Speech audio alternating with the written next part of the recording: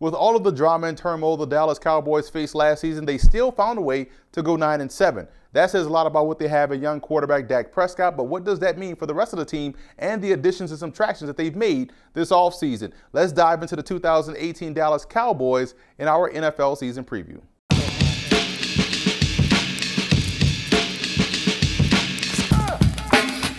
Let's start by taking a look at some of the key storylines heading into the season as we go into our 4-minute offense.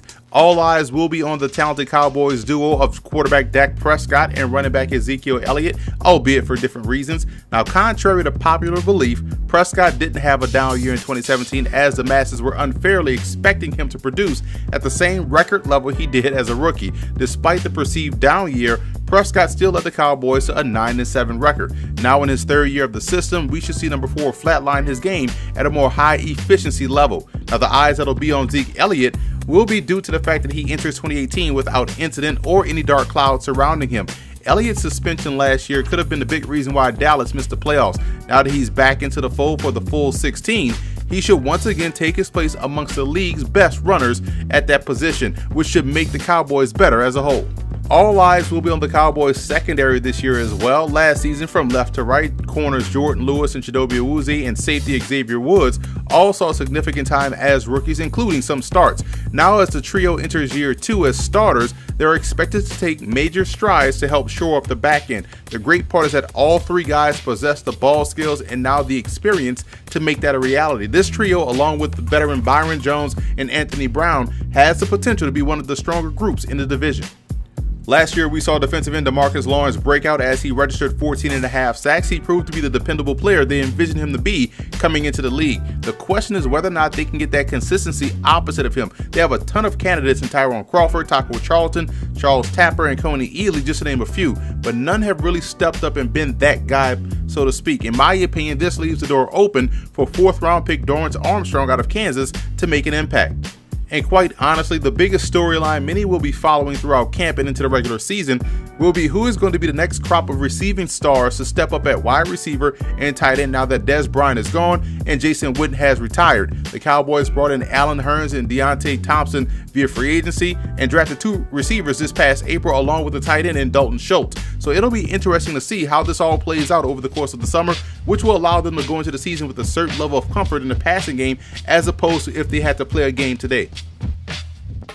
Now, a big reason for optimism for the Dallas Cowboys is the offensive line. This is arguably the best group in football, and they have the potential to be even better in 2018. The expectation is that La'el Collins should improve at right tackle after getting acclimated at that position last season. They also added a very talented rookie in Connor Williams out of Texas. Dallas has 3 stars in Zach Martin, Tyron Smith, and also Travis Frederick, along with the very good depth across the board.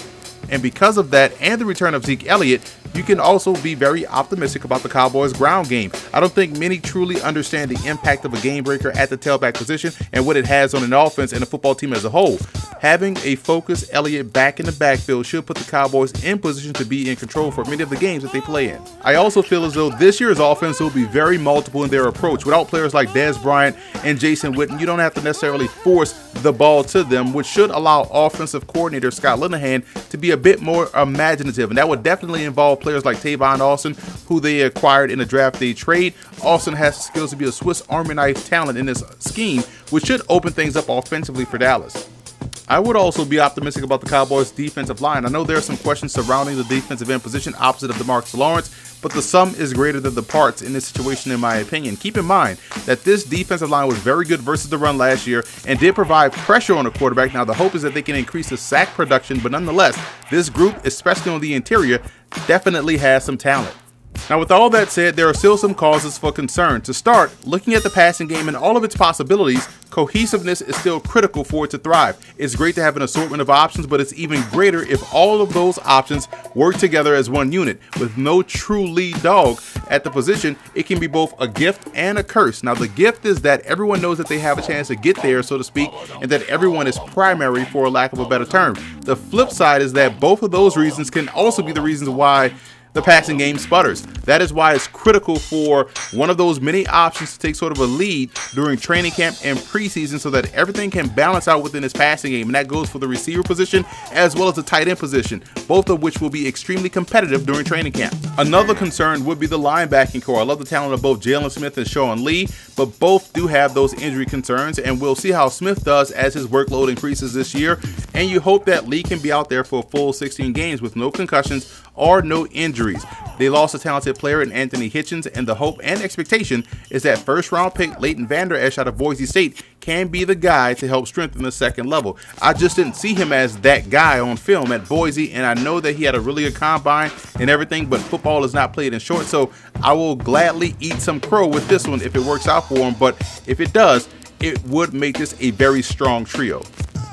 Now here's a look at some quick hits to keep an eye on during training camp and the preseason. I think tight end Blake Jarwin and linebacker Jalen Smith are two breakout candidates for this upcoming season. I remember Jarwin having a fantastic week down at the East-West Shrine game 3 years ago and will finally get an opportunity to showcase his receiving skills within this offense. Smith is now a couple of years removed from that gruesome knee injury, played well last year in extended duties, starting 6 games, finishing with 50 tackles on the year, and as the incumbent starter, healthier and much more familiar with the scheme, expect the 6'2", 245-pound athletic backer to fully blossom this year.